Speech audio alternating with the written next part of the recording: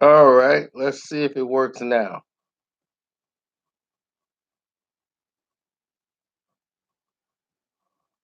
Seems like it's working a little better. Yeah, seems like the same boat.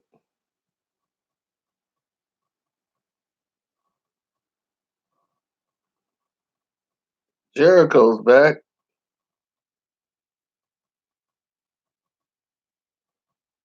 The walls of Jericho.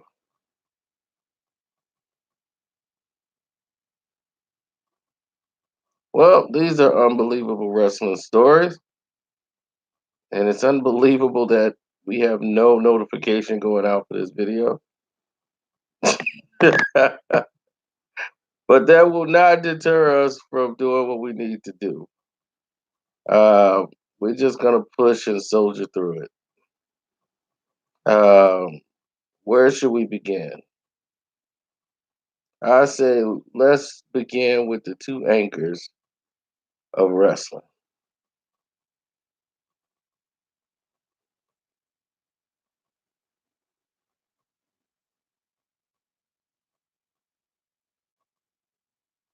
Coming up in the ranks, Terry Bollea. Uh, and everyone knows now is Hulk Hogan was coming into the business green, um, very green. He coming from Florida, wasn't a lot of help there. He went through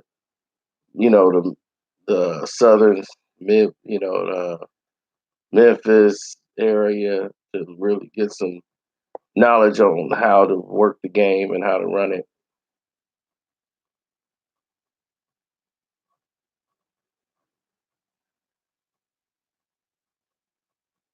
Now,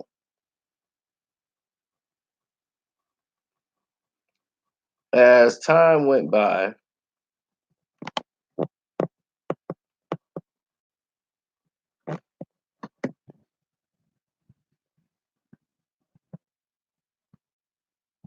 hold on one second.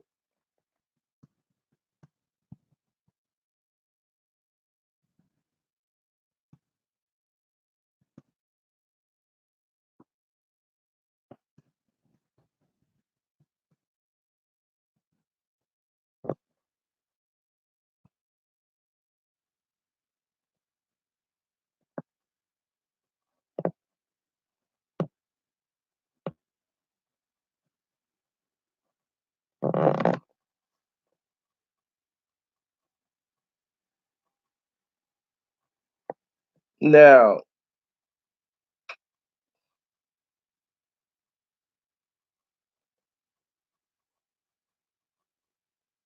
what's up, strange people in the chat? Now, Hogan and Flair. Flair was the man, and then the brackets he was in. They saw potential in Hogan when he was the Terry Bollea, the big super mountain of muscle ladies man that they brought him over. When they brought him into the AWA, Vern Gagne, and those guys over there, they were working with him, trying to polish his skills as a big, strong 300-pound mountain of muscle.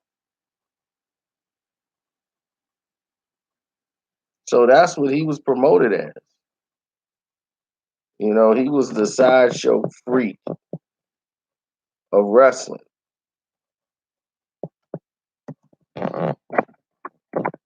Now, as years went by, he became the Hulk Hogan.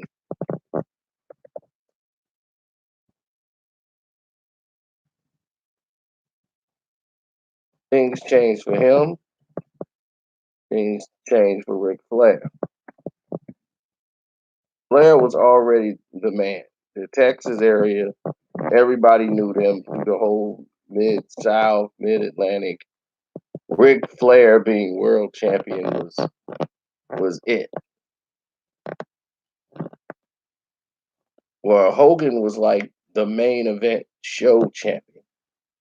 Ric Flair was the best monologue, the best wrestler of the two. He could sell it. He was the Flair of the moment.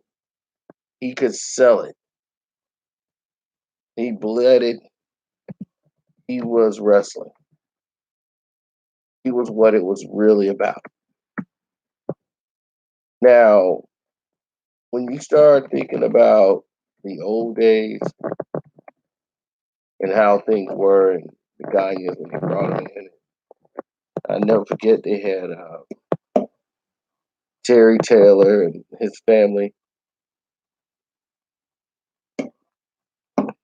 and then the Henning family, Kurt and his dad. They were sitting with the Ganyans, Greg and Vern, and Greg was so young at the time, and Vern's sitting there and he's polishing Hogan, and Vince McMahon, Vince Jr. was like, "I like this guy. I want to bring him. I want to bring him up. I could take him to the next level." And when Vince Jr., sometimes people gotta evolve. And when Vince Sr. passed, that was the permission Vince Jr. needed. It was almost like, thank you for getting out of my way. Now I can go and do what I want to do. And I'm going to break the rules of wrestling. And that's what Vince Jr. did. Vince McMahon Jr. broke all the rules of wrestling. But those were rules that needed to be broken to get to he had a vision. And in his vision, Hulk Hogan was that champion.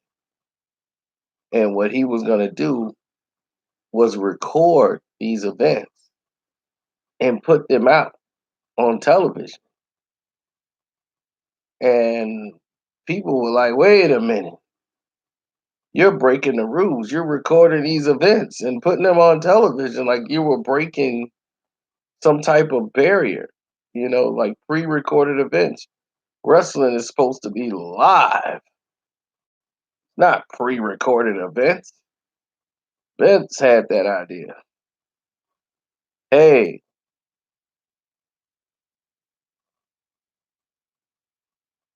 somebody like, I just gotta. So Ric Flair, he was an entirely different wrestler where he was paid well.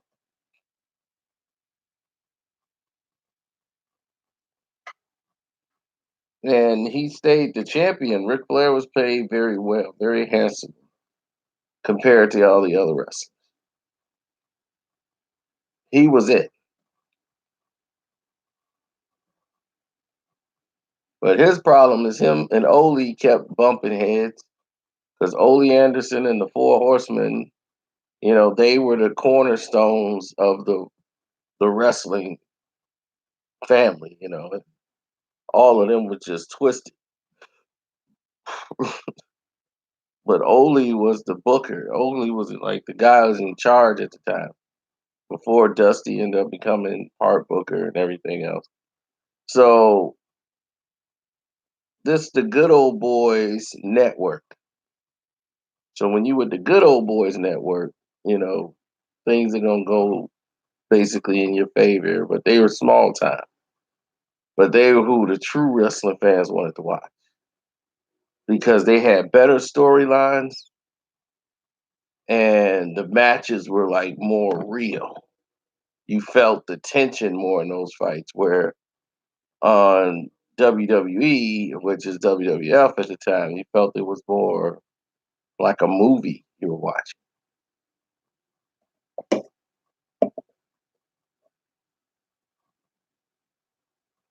So Hogan was like the household name, household dream, and he was selling it. And he's doing movies, he's doing big things with Hulk Hogan. Meanwhile, Flair is still holding on to the dream that he's the wrestling's champion. He's the man. But the organization is breaking up. WCW is splitting, NWA split with the World Class Championship Wrestling. They're splitting into two different companies. And now they don't know who's going to be the company and who's going to be the champion. So now, what's his name is going smaller. So they go into this company, that company. It was in disarray. So Ric Flair was the champion when they just went defunct. There was nobody in the offices no more. There was like no company really.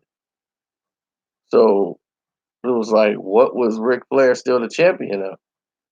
There's no company no more. It's just totally evaporated and was just done at the time. It was just nothing there. So while they was trying to figure out their next move, Ric Flair's got the belt. And he did a deal with Vince.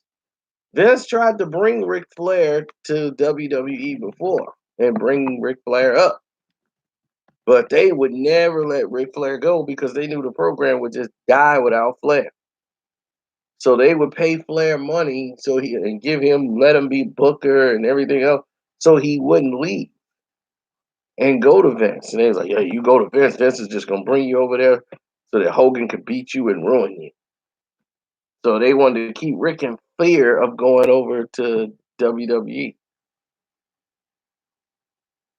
So when it was getting bad, you start seeing more and more people go over there. You saw Dusty Rhodes go over there. You seen Dustin Rhodes go over there, his son, and they turned him into gold dust. And Dusty Rhodes, they put him in polka dots, and everybody thought Vince is crazy. Vince just wants to embarrass all the WCW fighters when they come over there. He's just gonna embarrass them. So that's what they saw when Vince brought him over. They didn't see anybody he brought over, and he was really getting behind.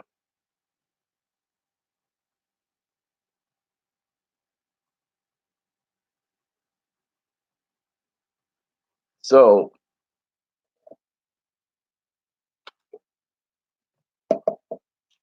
when they saw Dusty Rhodes come over, and Terry Taylor came over, and he was the Red Rooster. He just didn't like. He couldn't buy into the character. He was up there clucking the Red Rooster. He just thought they trying to humiliate him. So he just couldn't do it. He tried to get behind it, and he just couldn't get behind the character. Where Dusty Rhodes, he embraced it. Dusty was partying, discoing in the ring and everything, because he knows the business. So he was like, "Look, I can't have wrestlers follow me." He's been in that position where he's the man booking the shows, and the wrestlers all looking up to him, and he's trying to tell them this is what's going to happen tonight, and guys ain't falling in that place.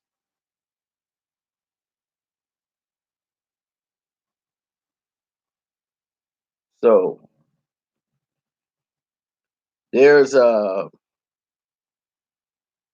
there's a scene where Rick comes over, and Ric Flair's coming over, and Vince and a couple of the execs are in the room, and Ric Flair is telling Vince how his interests should be. So they talk to Hogan first, like, we want to call you and let you know, we're bringing Ric Flair over. It's a done deal. Hogan was a-okay with this. This is what the people wanted to see. They was like, this is gonna be WrestleMania. You know it. Flair, Hogan, WrestleMania. You know we got to make it happen because the problem is they were losing steam on WrestleMania main events. The Ultimate Warrior didn't pan out like they thought, and They screwed him. The Ultimate Warrior had momentum, but he pissed Vince off. Vince screwed him, and it became a really big situation.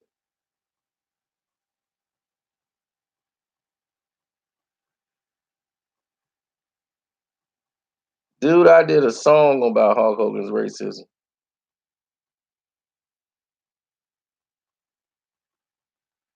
When the whole racist tape came out with Hogan, and YouTube took it down.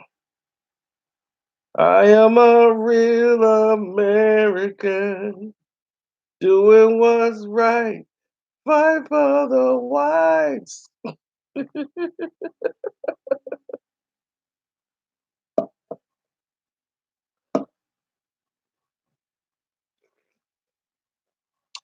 YouTube hated that video. WWE flagged that video because of the music, everything. I've been going hard and long. I got me a sign saying niggas go home. Yeah, you hurt my friends and my bank account. I gotta be a man. I gotta scream and shout. I am a real American. Fight for the rights of the area. I am a real American. Doing what's right. Fight for the whites.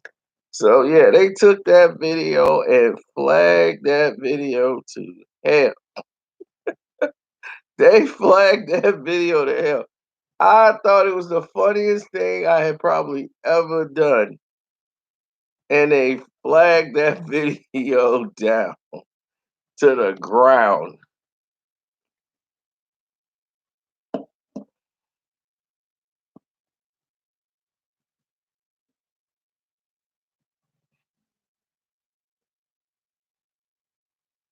So with that, thank you. We'll get back to the story now because we were going way off. So anyway, they bring in Ric Flair, and they were bringing in the angle of how they gonna bring him in. Vince had the whole thing laid out.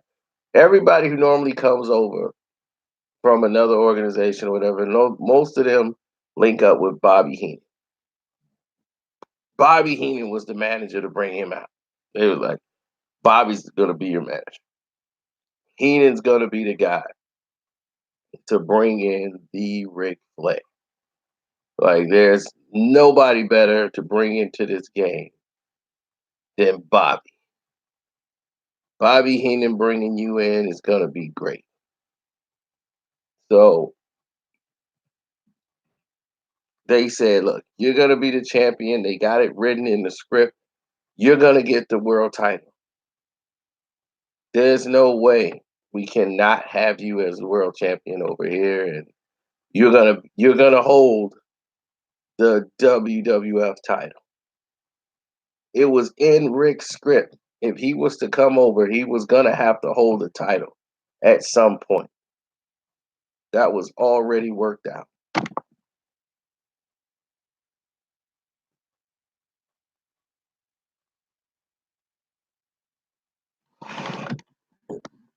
So, with that being in play, they took things to a whole nother level. They said, well, here's the situation. Hogan, Hulk Hogan basically, in his own mind, written out how the match was gonna go before he even met Ric Flair. Like how they was gonna work the match, everything. The angle. So Hogan and Flair actually met for the first time. And what they both realized from each other is how smart they were in the business and how much, Hogan has grown over the years. that he could call a match. Like he could break everything down to minutes. So when Flair came out and did his monologue and everything when he first arrived, he came in with Mr. Perfect. Mr. Perfect was recovering from an injury at the time. So he this was perfect to keep him over there. Kurt Hennig is his longtime friend. The Hennig family, the Gagnes, Vern and Greg Gagne, those AWA days. So all of those guys all know each other. So they were all one tight knit group. So they were like, perfect, he's your manager, and we're gonna first have Bobby Heenan as the manager. And Bobby ended up going back to announcing, and then it became him and Heenan. I mean, Kurt Hennig came in and started being the manager for Flair.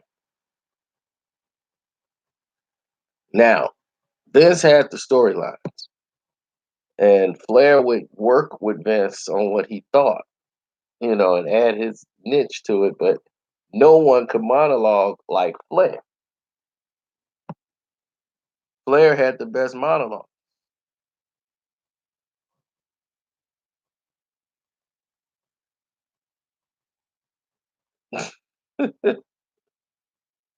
So every time you would see Flair come out and do his thing, the robes, everything, it was visual. Flair had to represent a champion. Macho Man ended up stealing a lot of his flair, and that's what they had the controversy with the robes and everything. Those were the classic wrestlers in the day. They had the big flashy robes. Those were the standout. Those were for standout fighters. Like you were elite. Flair always had that aura about himself. He was the man.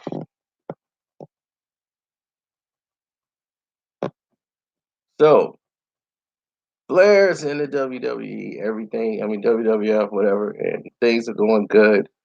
Him and Ric Flair start having a little war. Flair gets the belt after the Sid Vicious incident that went on with Sid and Hogan, and next thing you know, Flair's the champ. They have WrestleMania, and Hogan gets the belt back, and it's a whole different thing going on in WWE. Then Flair ends up losing to Macho Man. Now that turned a whole lot of things crazy because they were like Macho Man was coming back. He was injured for a while. So when Macho Man was coming back, he was ticked how Ric Flair was moving ahead of him and everything. Like Flair was getting this, and Macho Man was kind of doing some other matches with the Ultimate Warrior and everybody else. And he was they trying to work that angle in as Ultimate Warrior was trying to make things back right with Vince because Vince had to screw him over for a WrestleMania just because we were going to war in Desert Storm. Vince wanted to make that money with the Patriot Act by the federal government by being able to stream WrestleMania over to the troops and all this thing. And they had Sergeant Slaughter join the Saudi Arabia. It was just the nuttiest WrestleMania ever. And Hogan came in and defeated Sergeant Slaughter, who was working, who switched over to work for the Iraqis. Terrible, terrible WrestleMania match. Terrible. That's probably the worst WrestleMania main event in history. So he screwed over the Ultimate Warrior, let Sergeant Slaughter win the heavyweight title so that Hogan could go and fight for the title and beat him in WrestleMania. It was just so terrible. Terrible. No, there was no snake in the bag. The truth was, Damien already died. The snake Damien had died. So they needed to make an angle and they had it like Earthquake killed Damien. But there was no snake in the bag, dude. No.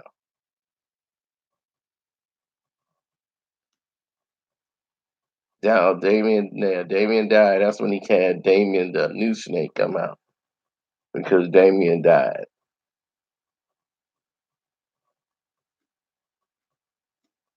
You didn't know Jake the Snake name was Damien? Then you really wasn't a wrestling fan. Then he had another snake he brought out after Damien. Then he started bringing out like King Cobras and everything else. And that was the problem. The King Cobra bit Macho Man, and Macho Man almost, they had the, that's when Vince was really pushing the envelope.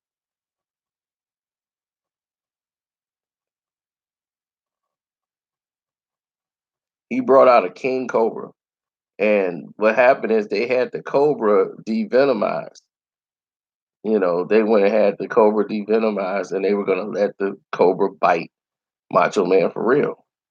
Which what happened? It bit him for real, and you see it was pushing down in there. But King Cobras, even when you devenomize them, they have so much venom in them. They still have some that's still in their body. So if they bite you for long enough, normally they do one bite and they take their teeth out. While you letting them linger in and push down, they keep it in their glands. So some will still get in there. And that night, after the match was over, Macho Man went home. His temperature shot up to 125 degrees. He couldn't even sleep. He was shaking all night because he had that venom in his body from the snake. He had partial venom in his body from the snake bite.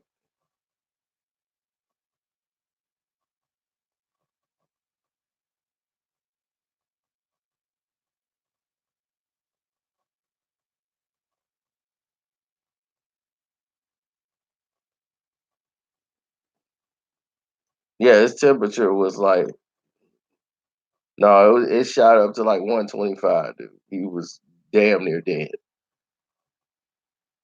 They put him in a tub full of ice to cool his body down. He was shaking, almost died over a stunt. So him getting bit in the ring, you can see it all on YouTube. That was real. One act, real. And he allowed it. He agreed to let it happen.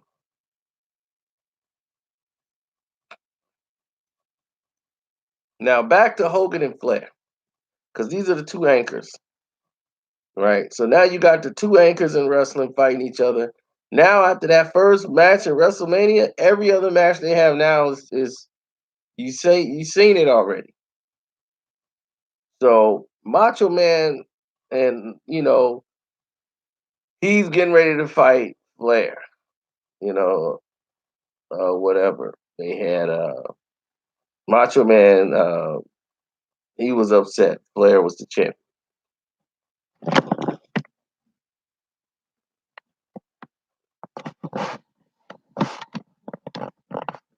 So Macho Man was upset. Everybody else was getting a push except for him, and he wasn't getting any notice. I'm tired of being the runner-up at WrestleMania. You guys are using me as a stepping stone. I don't appreciate this shit. Oh yeah. And that's how he talked for real. That was not just for stage. You know what I'm saying? You're gonna do that for Flair. You're gonna let Flair walk around here. Yeah. He's tiptoeing around. And he's doing whatever it is in the industry. And you cocksuckers are letting him make a fool of you. Yeah. And just looking past the real talent. Yeah, me. Dig it. So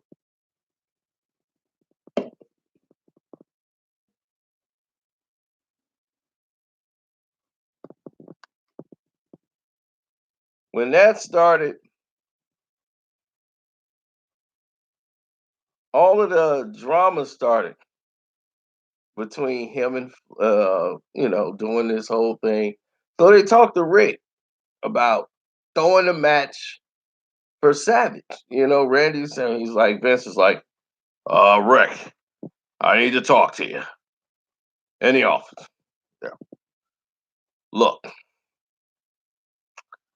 Savage is really up about beating you in the ring. He's really Rick's like, no one in the world would ever believe Savage can beat Ric Flair in a wrestling match. Okay? Savage, he's a great wrestler. He is not a great champion. He doesn't know what it takes to be world champion. He's he's not ready. You know it, I know it. Yeah, but he's WWE lore, and he's never been okay since we had him losing WrestleMania, and he ain't won in WrestleMania in a while. So he lost WrestleMania 3 to Steamboat, and he's done great for the company. So I owe him this one. But trust me, we're gonna work an angle out. It's gonna work out. But yeah, he's gonna get the belt back. So shock the world. Macho Man beats Ric Flair for the title. He just wanted to pin Flair. That's what he wanted. And Flair went along with it. Flair's been in the business. He's been a matchmaker for a while. Know the business. So Flair went ahead and took the hit, let Randy get it. Savage and Macho Man and Flair, man, they were like, okay, you all right. You're cool, bro. So he was loving Flair, which was a shock because Macho Man and Hogan was super tight. But he respected Flair after Flair let him, become champion. Then it was like not too long after that, they got the belt back. Flair got the belt back from Macho Man really quick. And Flair gave the best monologue ever. Because he knew when he won the first fight, when he had the first fight, that he was going to get the belt back. It was already planned. So he knew that down the road they were going to screw Randy Savage and get the belt back. But what Macho Man didn't know, Macho thought like, okay, I'll beat Flair, Flair beat me, we have another one. It's going to go back and forth for a while. Then, like we're going to have a good rivalry out of this. It was basically over after that. And Flair knew all about it.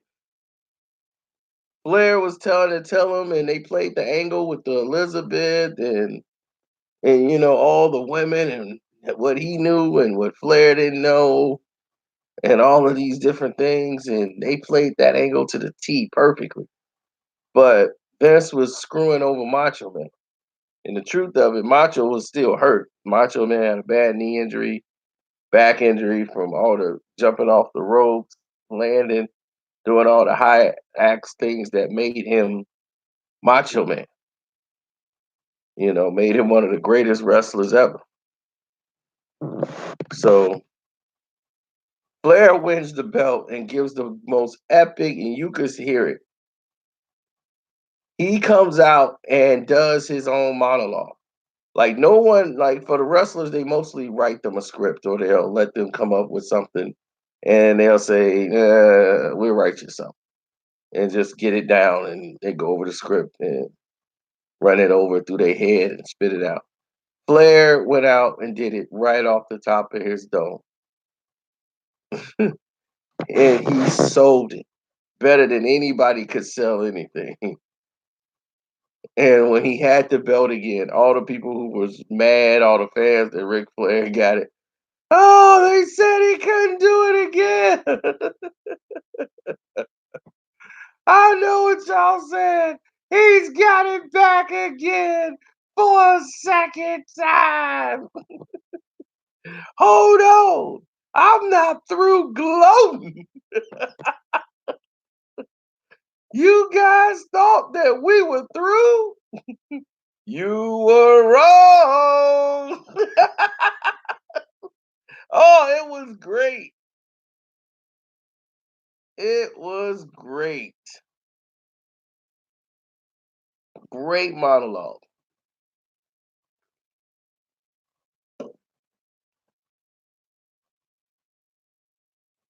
So all of this led back into Ted Turner getting involved. He was doing his cable deal, and TBS and TNT, they bought the rights to the WCW wrestling and said, I want to get involved in wrestling.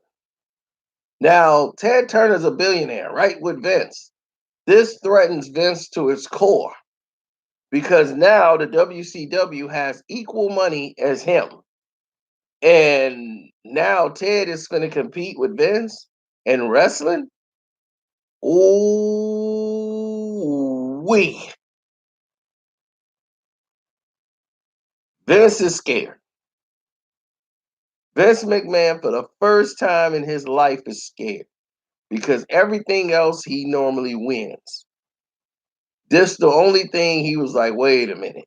I wasn't worried about them. They was like too small for me to worry about. That's like the UFC worried about any other wrestling organization. They'll just buy them out. No, any MMA, they'll just buy it out. That was Vince. He wasn't worried about it. Now, if they start to get momentum, he just take their best fighters. Now I bring them up to WWE. And then they whole shows will stop. Now, Ted Turner's got big money, billionaire. You got more money than Vince. You got a problem now. You got a real serious problem.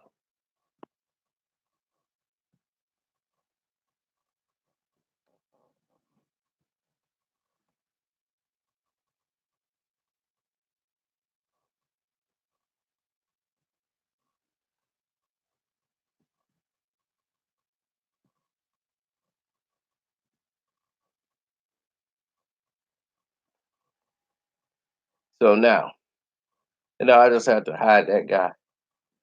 Now, now you got a real serious problem. So now, while WCW got this money, they're calling back their old fighters. Like, we're back in business. We got Ted Turner. We got billionaire money. We got this money going on. So Ric Flair is still honoring his contract, but they offering Ric Flair millions to come back to WCW. And him and Vince had a conversation. They don't really have no angle for it. So why is he gonna stay there and get his 1.5 million when he can get 3 million over there in WCW? They got a $3 million contract for Ric Flair. So why is he gonna stay here for like 1.2 or 1.5, whatever he was getting from Vince?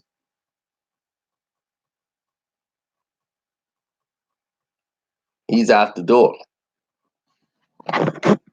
So now all these other wrestlers that wasn't ever in WCW, like the big time wrestlers, they're like they're offering big money to go. So Macho Man, he didn't go. He was gonna stay with Vince till Vince felt that you know what was going on with. He didn't trust Eric Bischoff. Eric Bischoff was poaching all of his talent. and it was pissing Vince off. And Vince was trying to do what he could to keep everything going, on the right track. And they were putting on good shows. They got good things going in the direction that they were doing. They were putting the whole show and the whole industry behind Shawn Michaels. And Ric Flair didn't like that at all. He damn sure didn't like the fact that they were putting the industry in Shawn Michaels' hands so young because Michaels wasn't ready yet. And Flair was pissed. And that was one of the reasons he left too. Is he's like, look, we gotta, the younger guys are coming up. We gotta start, moving these guys up and putting them over. I love Hogan, but he was never gonna put anybody over. And Flair cut that BS right to the tone. He was like, Vince, you were never gonna let Hogan put anybody over. Hogan he would have really put somebody over if you asked him. And that's and for the company, Hogan would have. And Flair knew that. It was Vince. Vince didn't want Hogan to lose. The whole mystique is that Hogan always comes out in the end. That was his whole thing. Hogan was his bread and butter. No way in hell Vince wanted Hogan losing at that time. He had to maintain.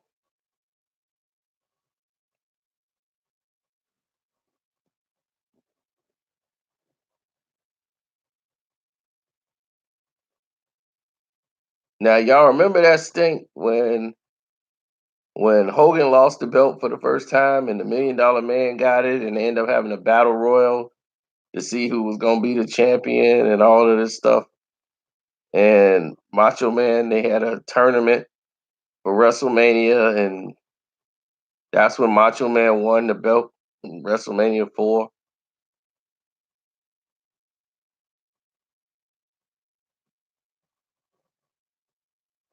And Macho Man became the world champion. That was set up for a reason. Hogan was going to make movies and he was going to be doing some other things and wasn't going to be available to be doing a lot of shows. So they needed to have somebody there to be the champion while and continue the storylines while Hogan was appearing in certain events here and there, but they needed Hogan to be doing other things. And they had to start pushing up some of the other talent. So Macho Man had the biggest wave at that time with the younger wrestlers. I mean, with the younger fans. So that whole movement was crazy, and it made a big epic WrestleMania 5.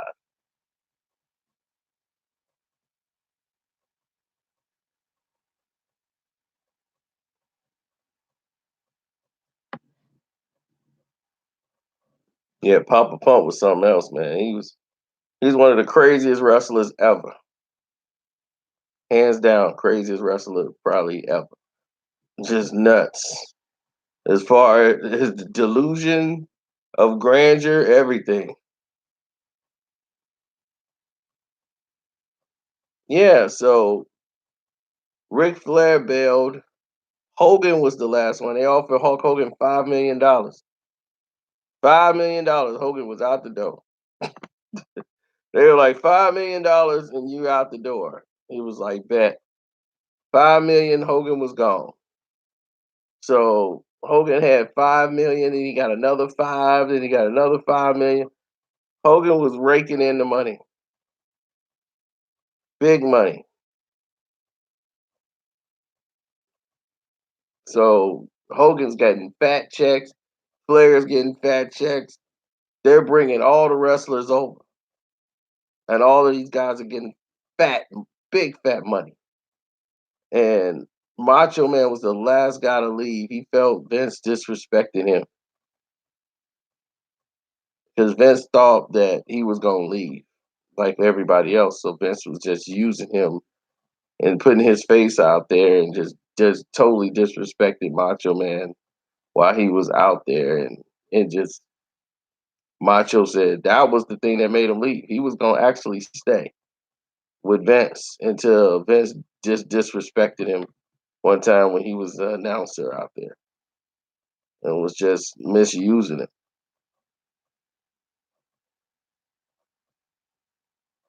Oh, Ravishing Rick Rude, man, that was my guy. A lot of things about Rick Rude people didn't know. His name really was Rick Rude. That's one thing you guys didn't know. Rick Rude, real name was Rick Rude. It just wasn't spelled that way.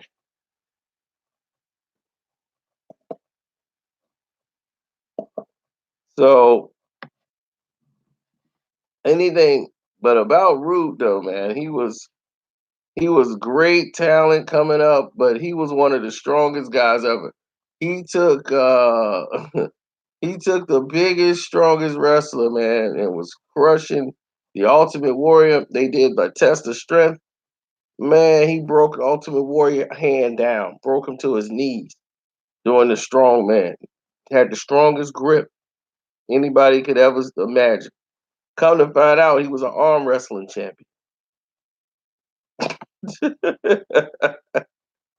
Rick Rude was an arm wrestling champion, and he was a dedicated family man.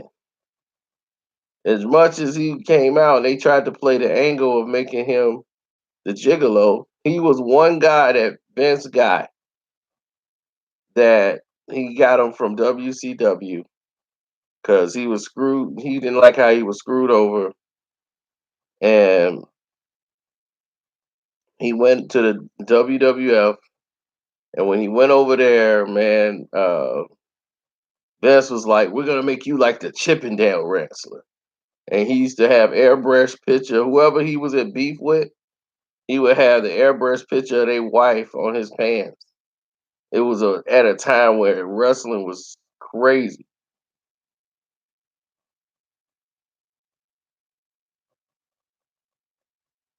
Oh, when Rude left, he left because injury, and he was injured, and then he came back, and then he fell out with Vince after he beat the hell out of the Ultimate Warrior really bad, and I think it was over his sister too. He didn't like the way Vince fired his sister. He brought his sister in to be his manager. I think her name was Raven. I'm going off my memory right now. So Rude and Jake the Snake had a great feud. And then it became Rude and Ultimate Warrior going back and forth, with the matches and everything and pushing each other off. But Rude was good as far as selling moves, doing moves. Rude was very athletic. And this is a guy who was like gonna give up wrestling because he wasn't making any money. He was like, look, this thing ain't working out. And he ended up making it. And that was something else, man, to see Rick Rude make it. But yeah, he beat the hell out of Ultimate Warrior. Like really beat the hell out of him. I don't know. A lot of people told me Ultimate Warrior said something about his sister or something or whatever it was. He beat the living hell out of the Ultimate Warrior outside the ring, like in the locker room. Beat the hell out of him. He beat him so bad. Vince fired him for like about a couple of weeks. Vince had a habit of firing people and just bringing them back. There's a lot of wrestlers Vince fired, and then they were back. He's like, I thought I was fired. Yep, you was. Now you back hired. You want to stay fired? We need you in Charlotte.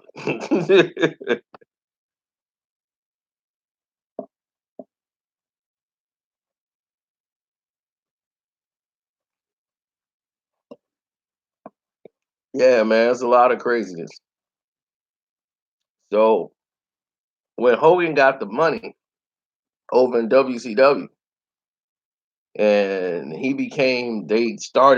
Eric Bischoff started NWO, the biggest movement ever at the time, and it was killing.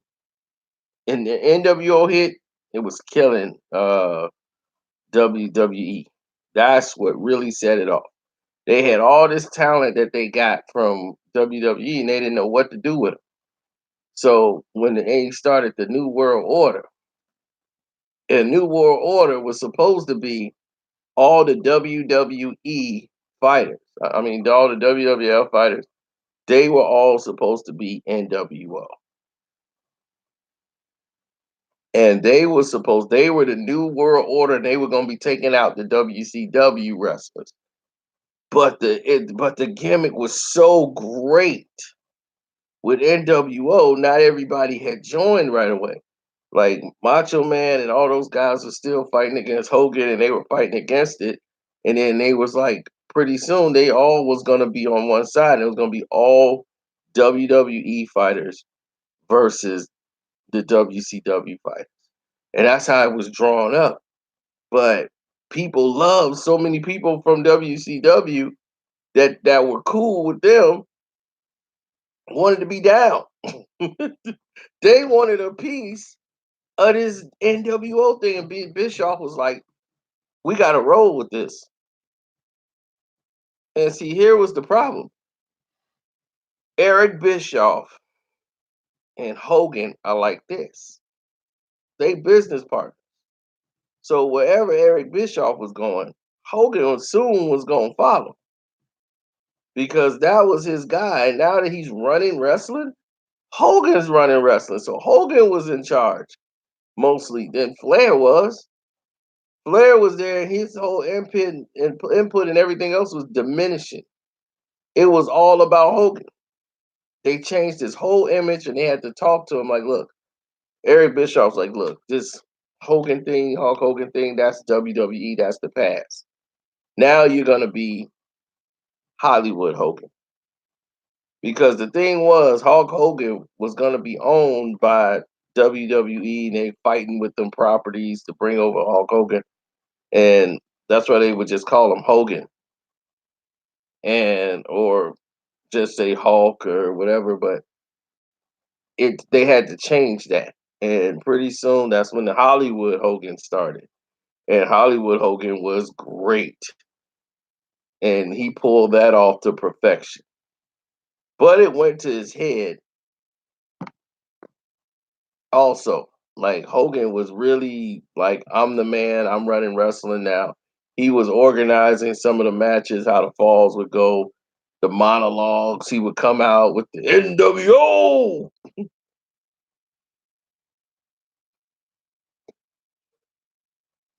And Hogan was getting a lot of power. And the NWO was running rampant. Now, the reason why this was so short lived is because nobody really focused on the matches. They didn't really have a lot of epic matches. It was a bunch of people getting jumped after the end of fights. There was no conclusions really to the bouts. There were a lot of people just getting jumped on and beat down, and that was that. And they had no real opposition for Hogan. They tried to play the Flair narrative, and that was just getting tired because it was like way past his prime, and they showed Ric Flair get beat up for like 30 minutes straight, where the NWO ride down on Ric Flair.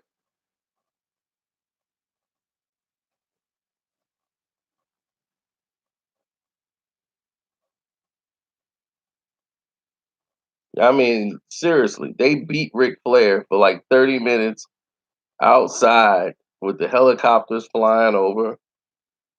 Load them up, roll them out, load them up, roll them out. NWO.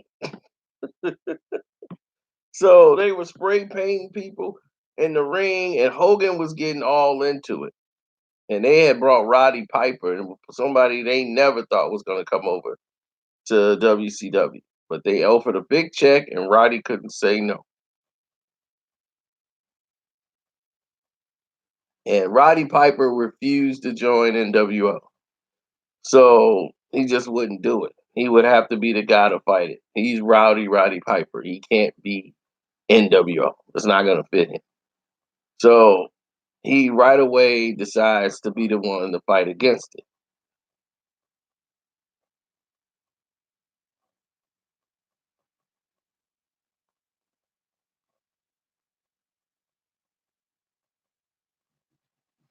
Oh yeah. Now they had a match with David Flair. Ric Flair's son is trying to break into the business. So they're trying to bring David Flair up, and Barry Windham and I think Kurt Hennig, the West Texas Rednecks was there, and you know they're working with David and everything, and Kurt Hennig let David pin him. Kurt Hennig, Flair, that's family. So they take the fall, and David Flair rolls him up and gets the win, biggest win in David Flair's career. It was Ric Flair wrestling with his son. So the NWA roll out to the ring, right? And jump David Flair and Ric Flair. This was supposed to happen. It was scripted how it was going to work out.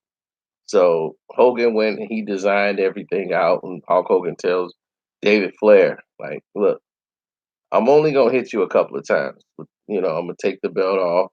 I'm only going to whack you like 3, 4 times, and then it'd be done. And you just sell it and everything." And he's like, "We're gonna have Flair like tied up where he couldn't do anything, and he's got to witness it, and all of this stuff. So it's gonna get the crowd all into it." So he's like, "Yeah, it's gonna set up a bigger fight down the road."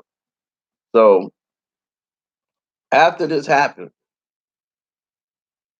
the fight went just the way it was planned. They come to the ring. They jump David Flair and Ric Flair. They take Ric Flair. They handcuff him to the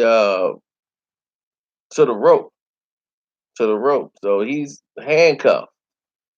He was supposed to have been held down, but they ended up handcuffing Ric Flair to the rope. So that was one change in the script. They chain Ric Flair to the rope, and they holding David Flair down. Hogan takes the belt off. Everything's going to script. And Ric Flair selling it. He's no, no, like he's trying to get off, and he's whacking David. 1, 2, 3, 4, 5, 6, 7, 8, 9, 10, 11, 12, 13, 14. He's whacking the hell out of David Flair. Ric Flair's son, he's whipping the hell out of him. He's whipping the hell out of Ric Flair's son. That's his son. And you beating his son like that? Like, this is real. Like, his black was black, red, the belt was wrapping around his body. He was supposed to hit him like 3, 4 times. Like, he sold it and took it like a champ. But even everybody else is like, "You all right?" While he was down. And Flair wanted to get out so bad. And then when it was over, man, Flair was finna knock. Hogan knew he had to get the hell out of Dodge because Ric Flair it was like, "Flair is pissed. You better get the hell out of here. Because you and Ric Flair finna be in a real fight real soon." And he's got the room, like he's got the majority of the people here. Like Hennig, Wyndham. If Ric Flair says it's set off, they gonna set it off. He got all the wrestlers on his side. You ain't gonna stand a chance. So Hogan got up there. I'll talk to Flair. Flair was, "What the hell is he? God damn Hogan." Man, Flair was mad as he was like, "Yeah, you're right. I'm gonna get my bag, get up out of here." Hogan beelined it out of there.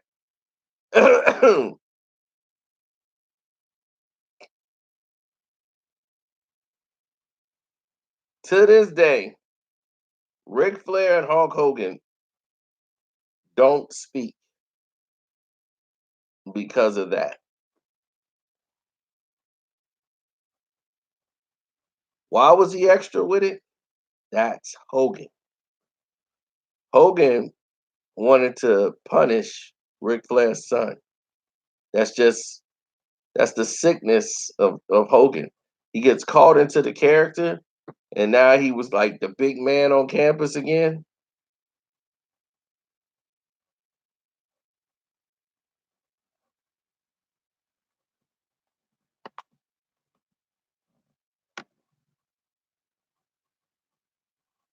I mean, you don't understand. I mean, they've never been like they used to be. Okay,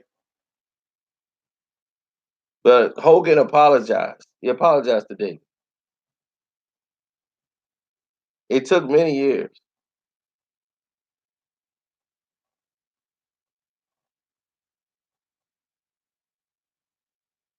Well, it's because Ric Flair was always the better wrestler.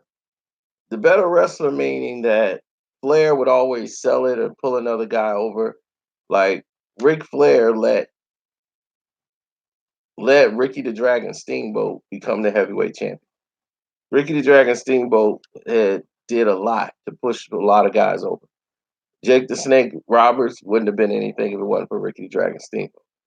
Steamboat let him do the DDT on him outside the ring, and that made Jake the Snake an instant star. When he had his war with Jake the Snake Roberts, getting DDT'd outside, and Damien got put on Ricky Steamboat, and that was the first time anybody ever saw that live on TV. Put the snake on Ricky Steamboat after he was knocked out from the DDT outside the ring. And who could forget Macho Man dropping the bell on Ricky the Dragon Steamboat's throat? Crushed larynx. He can't talk. Macho Man dried the thing. That made Macho Man a legend. It brought him up. So Ricky the Dragon Steamboat crossed these wrestlers over into the new to the stage, and he took the back road and did the matches, and he won WrestleMania 3. But he always was great for making a match. So when Ricky Steamboat came over, he was able to be the Dragon with the long robes and everything. He was able to expand, and he was getting ready to retire. So they let him hold the heavyweight championship of the world before, he went out. That's something that Ric Flair would do. And then they went with their next storyline after Flair beat Ricky Steamboat fair and square in his final match. Final wrestling match. Ric Flair beat Ricky the Dragon Steamboat fair and square in the ring. They wrestled for like 30 minutes. And as soon as that was over, Terry Funk came in and congratulated him. Then he jumped him, and then that became the new thing. Terry Funk was back in the wrestling. He was doing all the movies. Then he just did Roadhouse. Then he did another movie after that. And he was like, I don't know, Terry. I can't get you a title shot right now. You've been rubbing shoulders with Sylvester Stallone and doing all these movies.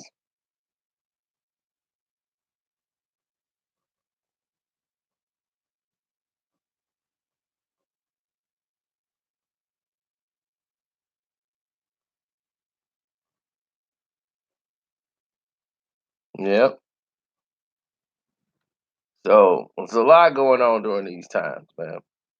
So everybody's back over there and doing well, but during the WWF days, Ric Flair almost got fired. Um, only a few people know about this that talk about it. Over in Europe, right? This was back when they were struggling.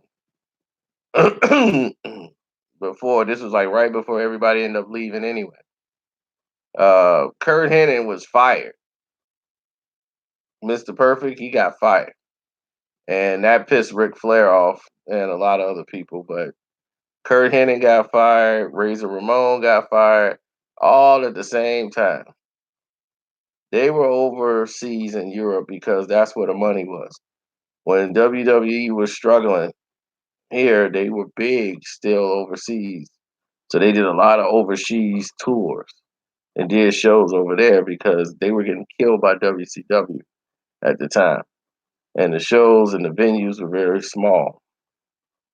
So to sustain, they went over to Europe and started doing the European tours. And they started doing the tours over there. And the thing is, the wrestlers would go out to the bars and they love to go overseas because the women treat the wrestlers like superstars. They're like superstars like you've never seen before in your life. So they go out to the club, they're partying with these women. The women are doing crazy things and they're getting down with the chicks. They tag teaming them, slamming them. So they all go to a club, and the guy got this thing called abstinence, where they all got to take one shot of abstinence. It's like, man, it's called the Green Fairy. The Green Fairy. So Ric Flair, all of them take it. Now they got to get ready to take a plane to leave and go back to America.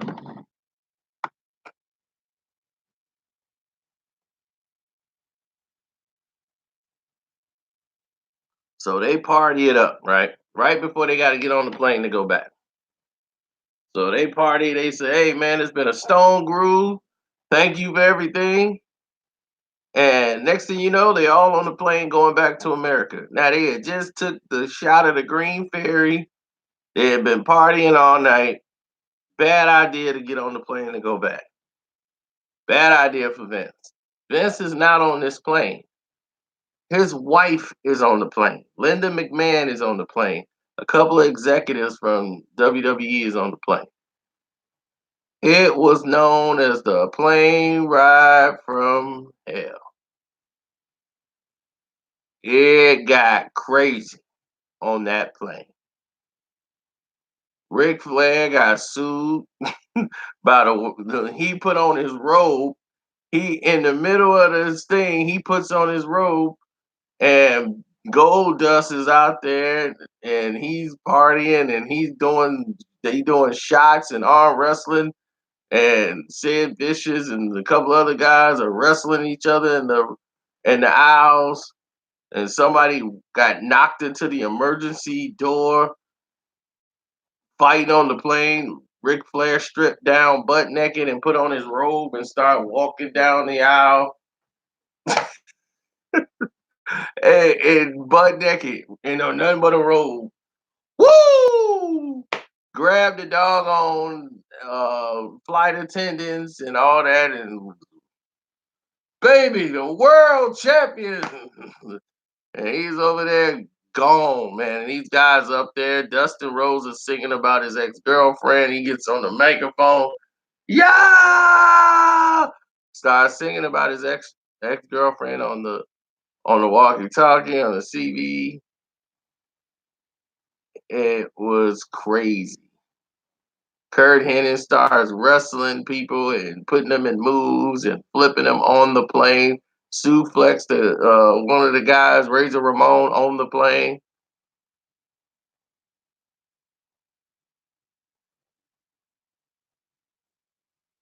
Yeah, they were mooning each other, slapping each other on the butt, flying up and down. Linda McMahon was like, "Oh my God!" The pilot is like, "If you guys don't calm down, we're gonna have to make an emergency landing."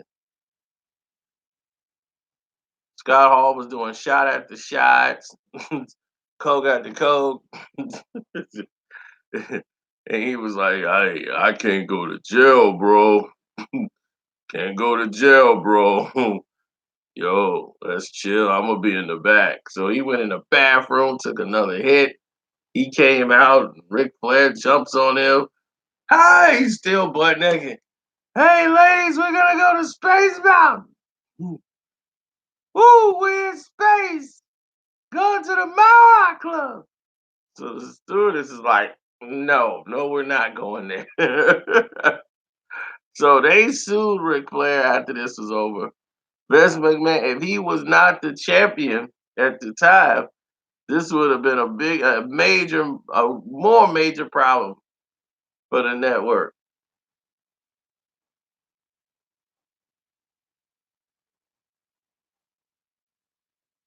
So Linda came back. She called. What he said? Oh no, this is all true. This is all facts. All facts, bro. They were gone out their minds. They did some of the craziest things ever on this plane. After they got home, Linda McMahon told Vince, the executives called Vince. Vince fired Kurt Hennig on the spot. Him, Razor Ramon, Gold Dust, everybody was fired. He was like, "You're out. You out. You're gone." Flair was pissed. And he was like, "Flair, if you wasn't Ric Flair, you would be fired." I could fire Razor Ramon and Kurt Hennig. They were dead weight that I was keeping around. They gone. So he didn't like that and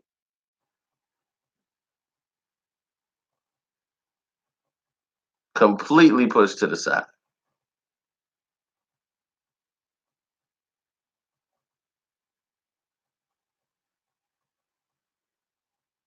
Well, Rick Rude broke his back. Like he really messed his back up. He fell and hit his back on the ring, and it kind of messed up his neck and everything else the way he landed, and he had to retire.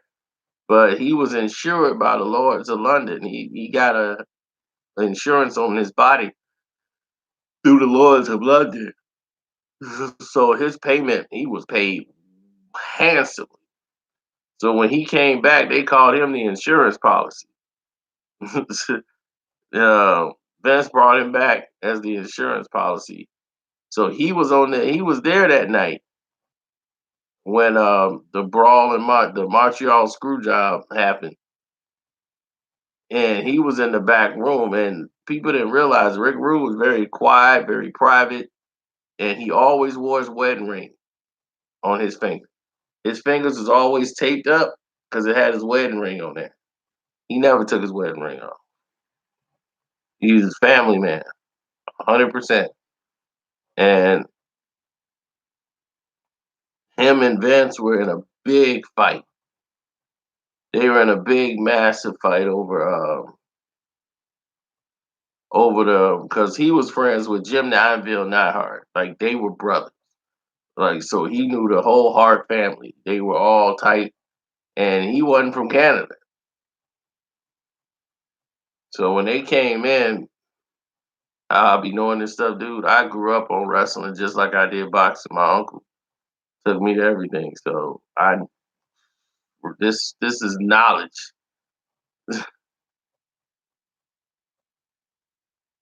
No, it's two sides to the story when it comes to the Montreal screw job. Bret Hart was wrong and Vince was wrong. Nobody was right that night. See, the problem was Bret Hart was getting $1.27 million to fight for WWE. He was the heavyweight champion of the world. WCW and Eric Bischoff told them they were going to pay him 2.4 million if he go to the WCW. Now, he's willing to get out of his contract. His contract was coming up anyway, so he's getting ready to leave with the heavyweight championship belt and take it to WCW. And at this time, that would have been massive. And Eric Bischoff was like, "Yeah, bring the belt, and we're gonna show it on Raw. You know, we'll bring it over here. We'll show it on, on Nitro. We're gonna bring it on Monday Night Nitro, and we're gonna show the belt, the WWF belt on the network, and that will piss Vince off." So Vince is like, "No." So he talked to Brett. Brett was leaving, and he knew Brett was gonna leave. So he told Brett, it just so happened the event that came up was in his hometown of Montreal, and he's like, "I don't mind losing to Shawn Michaels and doing this whole thing, but I'm not gonna lose my belt to Shawn Michaels in my hometown. That can't happen." And he said, "Look, come on, man. This is your last fight." He's like, "I tell you what, we'll have it like it's a disqualification or something like that." They wrote it up like it'll be a disqualification and or count out. And then on Monday Night Raw, he would come on Raw and hand the belt to Vince and walk out, like on TV, and give the belt to Shawn Michaels. And everybody thought that was the stupidest idea in history. And there was no way he could trust that Eric Bischoff wouldn't screw that up and Vince would get screwed. And he had Montreal to make it right. He's like, if I don't get this done right in Montreal, Eric Bischoff is going to screw me over. If I just let this disqualification thing happen and all of this in Montreal and he takes the belt on Nitro and screw me over, I look stupid because I could have got this right in Montreal. So he didn't trust what Eric Bischoff was going to do. Not that he didn't trust Bret Hart's word. It was more about not trusting what Eric Bischoff was going to do. And he did not want Eric Bischoff to have that belt and be able to put it on Nitro. So he just did what was best for the company. And he didn't tell nobody anything. Not even Shawn Michaels knew what was gonna happen.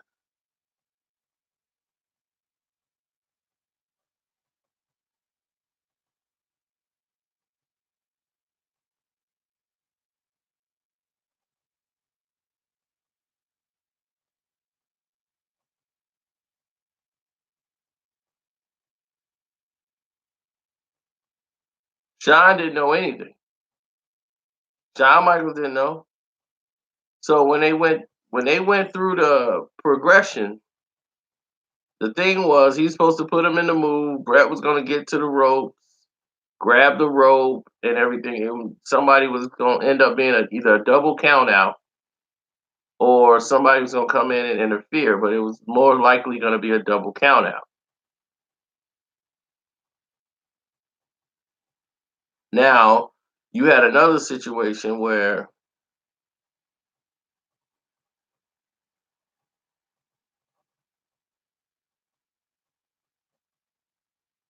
well, I don't know if Shawn Michaels knew. From what I've been told, Shawn didn't know. So if Shawn came out and said he knew about the screw job, maybe. But once he put Brett in the move, the referee just checked him and run the bell, and knowing that he didn't quit. And Bret Hart kicks out of it,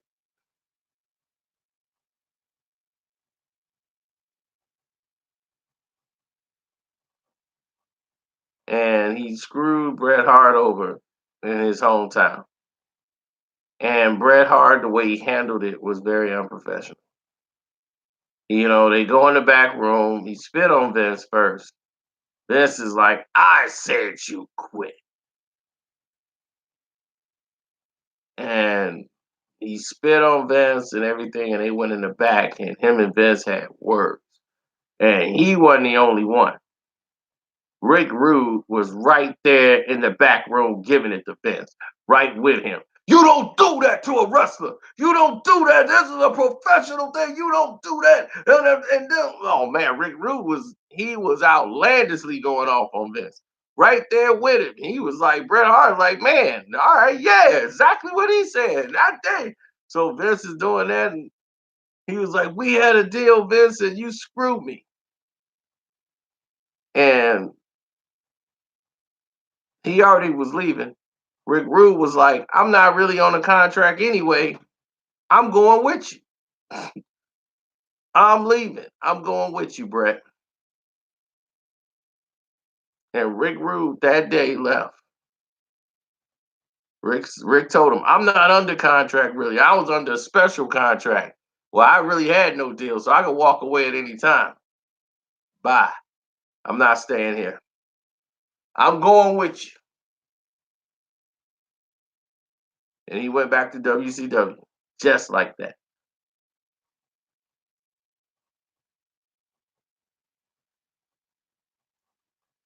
And the next day, Bret Hart did something very stupid. He goes to the newspaper and started telling them that it was set up, wrestling was fake, and how it was set up for him to win, and how the match was supposed to go, and breaking the code. Back then, it hadn't been revealed that this stuff, what goes on behind the scenes of wrestling. And he's on like regular news channels, like he's in a real sporting event, breaking it down, like he on ESPN. Yeah, and I got screwed, and this was supposed to happen. Yeah, he was breaking all the rules at the time, and other wrestlers had to say, "Look, you doing this wrong, son. You doing this wrong. You don't do it this way."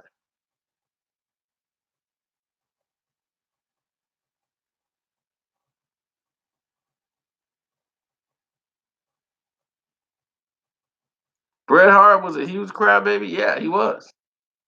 But so was Shawn Michaels. You had two crybabies, and Bret Hart and Shawn Michaels. Bret Hart was mad because he had to give the belt back to Hulk Hogan. That was the worst thing. When he was the heavyweight champion the first time, he was so pissed. He had to give the belt back to Hulk Hogan, and they pushed it over for that narrative when Hogan came back. And the reason why is because Bret Hart is a boring monologue. Great wrestler, boring monologue. He had the personality of a stick.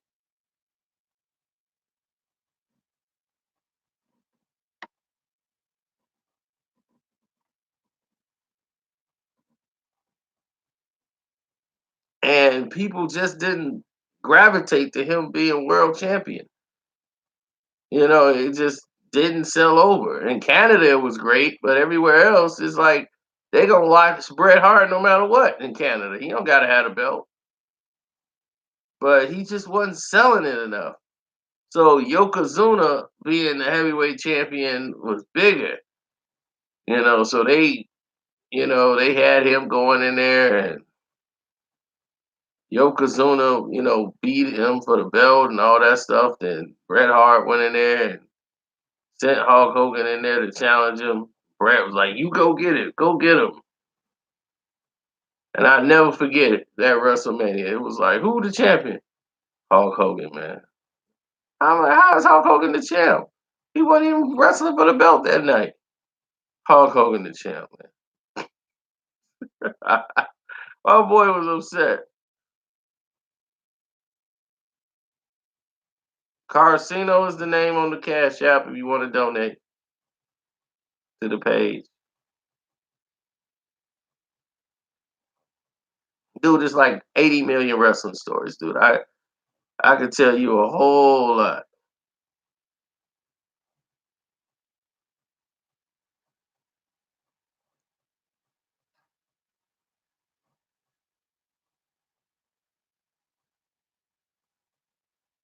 Shawn Michaels, Bret Hart beat up Shawn Michaels in the locker room. Uh, I forgot what the fight was about. I don't know if this was about Sonny. I think this was before the Sonny incident or whatever. But they got into a fist fight in the locker room. The King, Jerry Lawyer was in there, and a lot of other people was in there trying to break up the fight. And they end up fighting all the way till they got into Vince McMahon's office. And Shawn Michaels had a big ball of hair in his hand. Like, look what he did. I can't work under these conditions, Vince. So Vince and Shawn Michaels would go out and they had to talk to Brett and work it all out because they couldn't have this.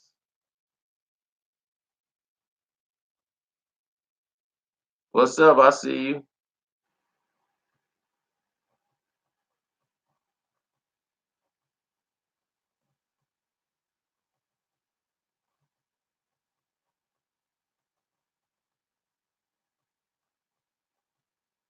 No, he wasn't Overlord. He was a decent human being. For somebody who came out and did his thing and grind on the women, let the women feel on his body and all that. He was a faithful man. He was a faithful man. When all these dudes was out there doing their thing, Shawn Michaels has never won a fight. Everybody beat up Shawn Michaels. I mean, outside of the ring, Shawn Michaels was beat up by everybody.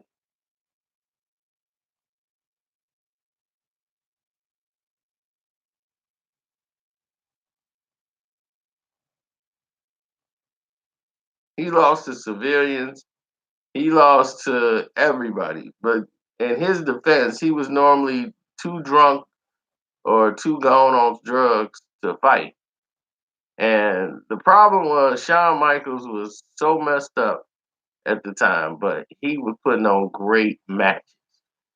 Like he was gone off every drug there was known to man, and Vince was connected to Shawn Michaels because Shawn Michaels at the time, once Bret Hart left, it opened the door, and that whole Montreal incident happened, and Rick Rude left, and everybody was gone. It opened a whole new door for the new WWE because it was a blessing in disguise that Bret Hart was out the door. And Vince came out. I said you quit. That they embraced that. They were supposed to do a whole nother stink, but it ended up creating the Mr. McMahon, the personality of Mr. McMahon. And he started embracing that because people was like, man, Vince did this. So they rode the controversy into making the character. I call the shots. And that created that, and it led to the Generation X.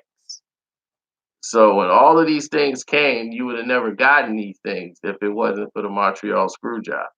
So the Montreal screw job was a whole thing of it wasn't one person's fault.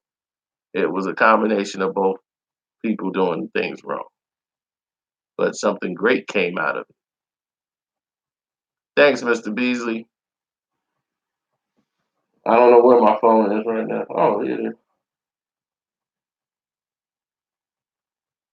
Oh, Buddha bless me too.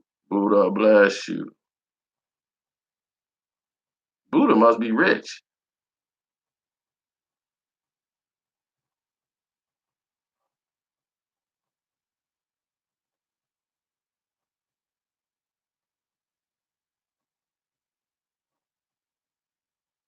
Yeah, Shawn Michaels got beat up at a bar by a couple of bikers.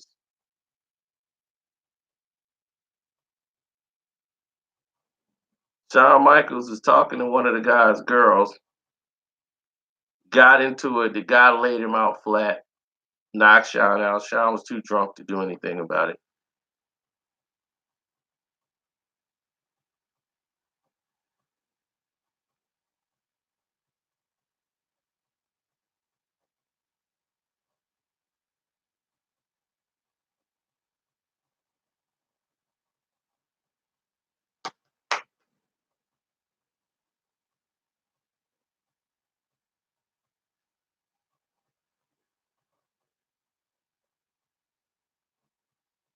I mean, he had to get protected. Kevin Nash had to take his had to help him out. Kevin Nash knocked out like three guys with one punch, like a movie. The guy came out there and he came out and did the like he hit when he hit Shawn Michaels. Shawn Michaels had to feel bad. When Kevin Nash came up because he was at the table, he was wow. Three guys like teeth was falling out of dude's mouth. Man, he knocked three dudes out with one punch. Kevin Nash was not playing. I mean, he was not playing. But that one dude put he put the flu up. Shawn Michaels would always get drunk and find the biggest guy bigger than him. Dude, everybody know this stuff. If you was around wrestling, dude, you know all this stuff.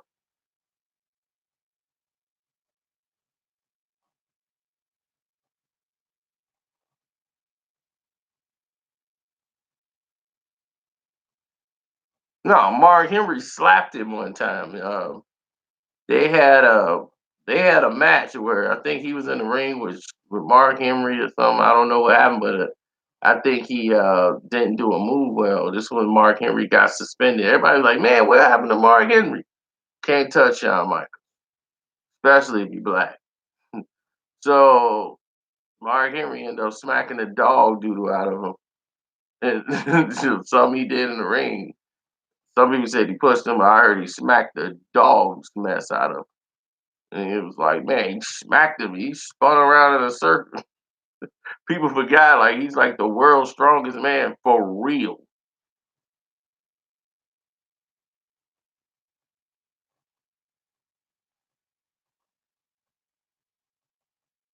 Well, he was suspended for about a little bit of time, and then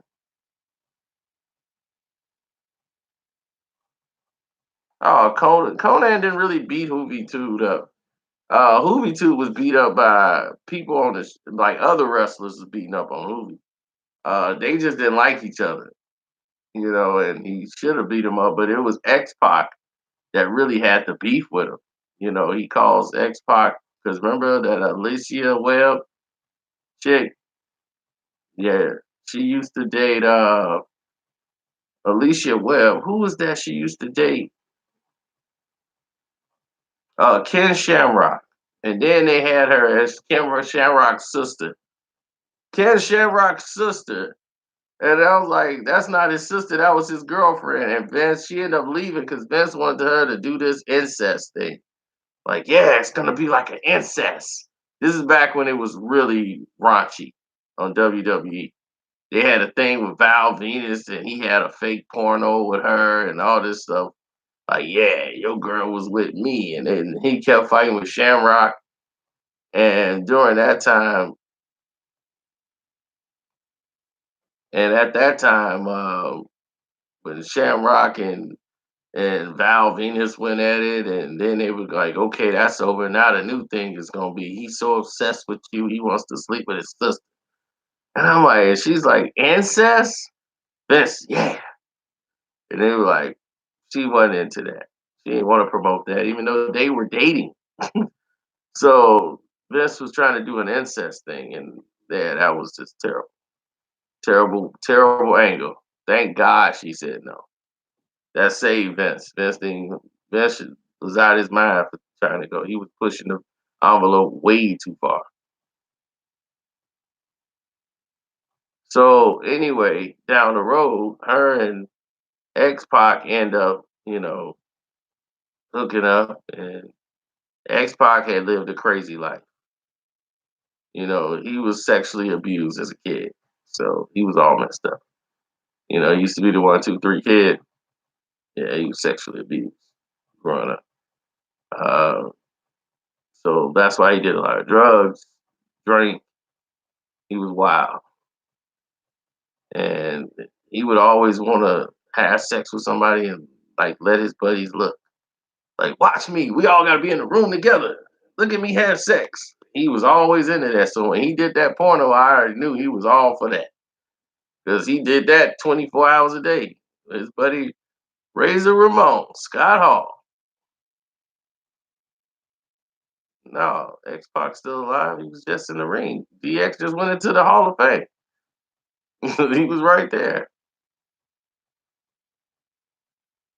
No, China died.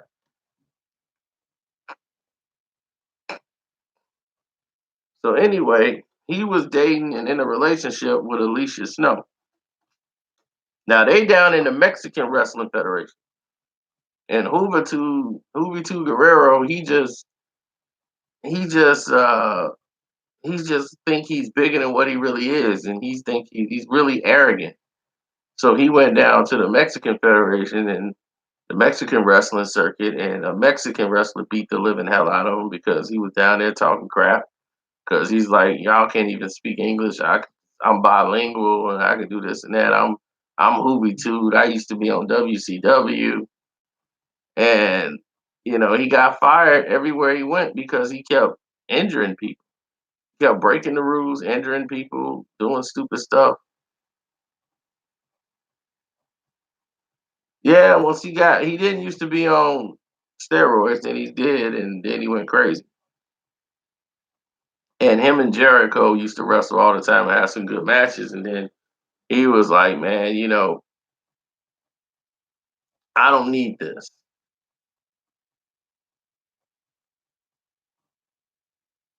I don't need it. I'm bigger than this." Then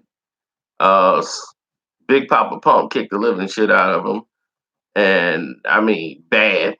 Him and Rick Steiner. And when that was done, when Pump them whooped on him, I mean they beat him for real. They just beat him down like a dog. It was bad.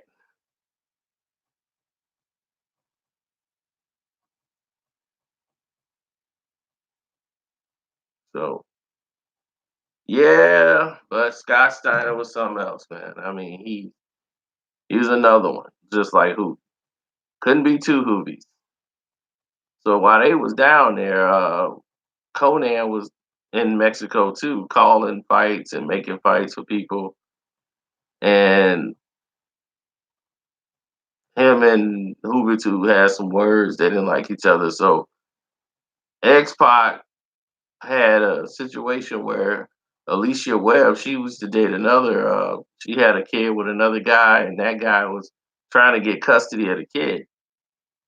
And X Pac and her were having problems one time, and he took some pills and almost OD'd or whatever. And Hubertu was doing a promo interview, and he brings up the fact, without being asked any questions at all, start bringing up the fact that he's talking about, oh, he tried to take his life, he tried to commit suicide, he took all these pills.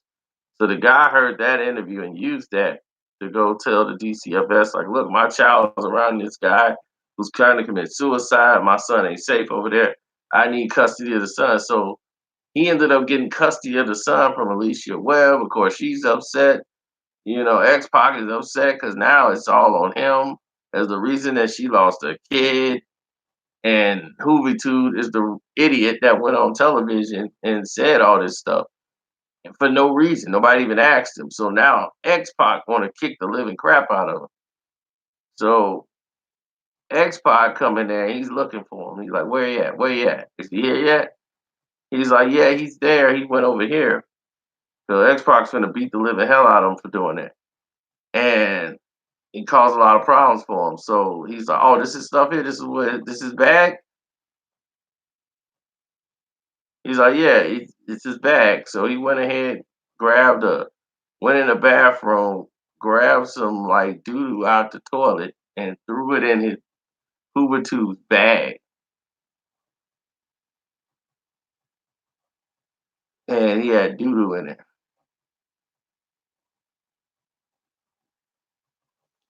So when he went to go get his bag to go wrestle and all this stuff, and he was like, "Oh my God, who did this? Man, see, this is what I'm talking about." So he thought it was Conan right away because he tried to speak to Conan and shake his hand. Conan like, "Nah, like I ain't shaking your hand." So he thought Conan was the one that did it. So he was, "You did it. I know it was you." Because X Pac shook his hand and everything. Because X Pac is the type of dude, even he don't like you, you know, if there's a match or whatever, she'll still do the business with you. And Conan was never that guy. If he ain't like you, he wasn't gonna shake your hand and nothing like that.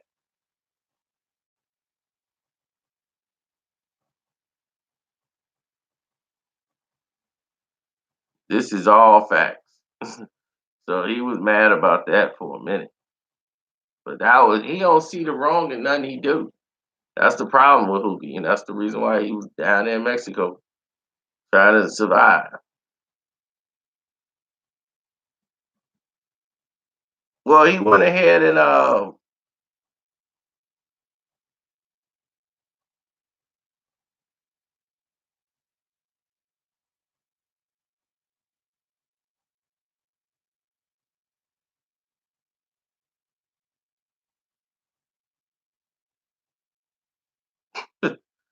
yeah, he went and wrestled in that gear anyway. He went and washed the doo doo off and wrestled in it.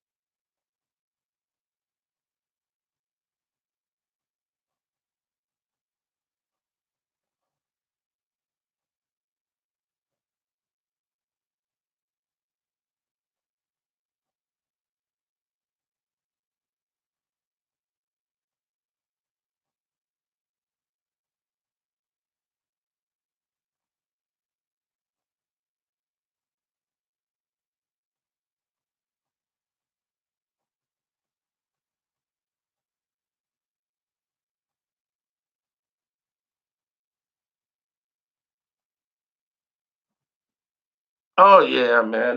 They had a lot of like bad times in wrestling, dude. This is going on 2 hours. We'll continue this another day, and we'll talk about a lot. Next, we'll go into the Steiners, and yeah, we'll go more into that and some other stuff that went down. Yeah, Hacksaw Jim, Cokehead Duggan. When they was on the news and got fired, him and Iron Sheik got fired for doing cocaine in the car driving together when them two been wrestling each other, had the biggest war in WWE and at the time and oh him and the Sheik going at it and what happens? They get caught in the car doing coke driving it together.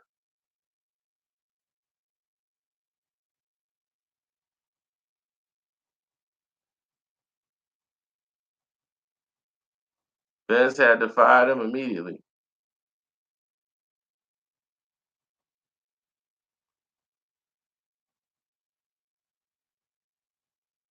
Oh yeah, Eddie and Chavo, man, they were teaching some of the fighters some moves, in the ring when they were in WCW, and they were trying to teach them, how to do these takedowns and all these wrestling holds so that they would protect the other fighters, and they kept injuring people.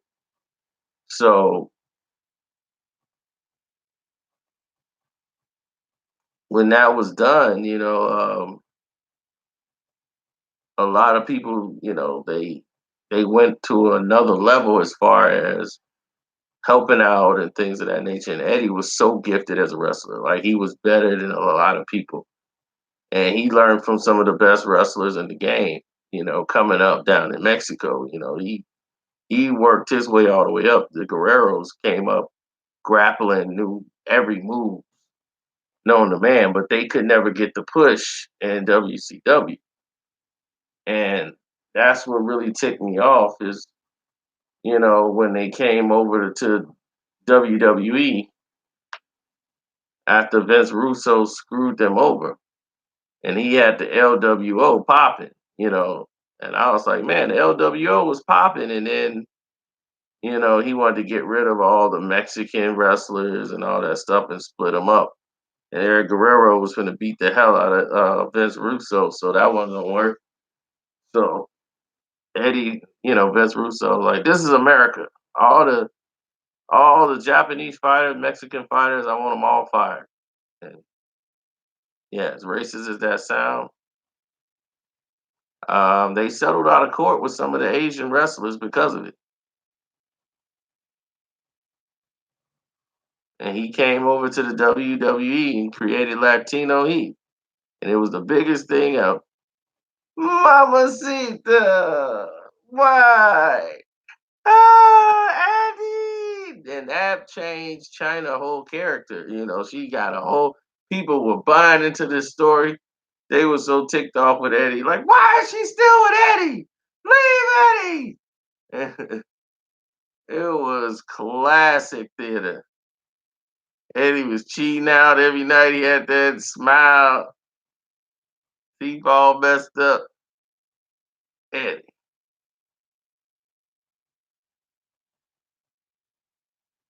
Yeah, but Eddie problem was he was on that juice. And it was keeping him big as all the bigger guys was getting the big, the shine and everything else. So Eddie was hitting up the juice and working out and, getting bigger and faster and stronger. And he's able to take on the bigger guys in the ring so he don't get put in there with the little guys. Eddie's now in there with the bigger wrestlers. He didn't masked up.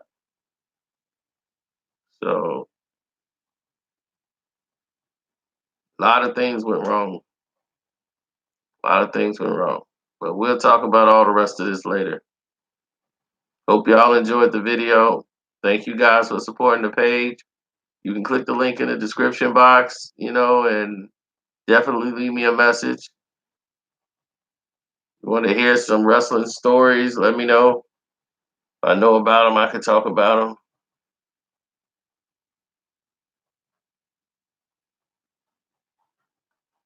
Yeah, Conan got the crap beat out of him after he injured Lex Luger.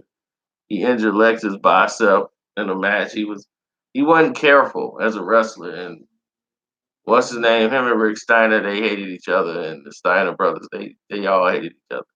Kevin Nash is the only guy who thought he was cool. Like Conan's cool, and they used to have him. He used to rap. He used to get the La Raza and the Wolfpack song. That was all him. So he felt like he had a place. Into everything was good till Russo, but he was not a safe wrestler. Like a lot of wrestlers got hurt under his watch.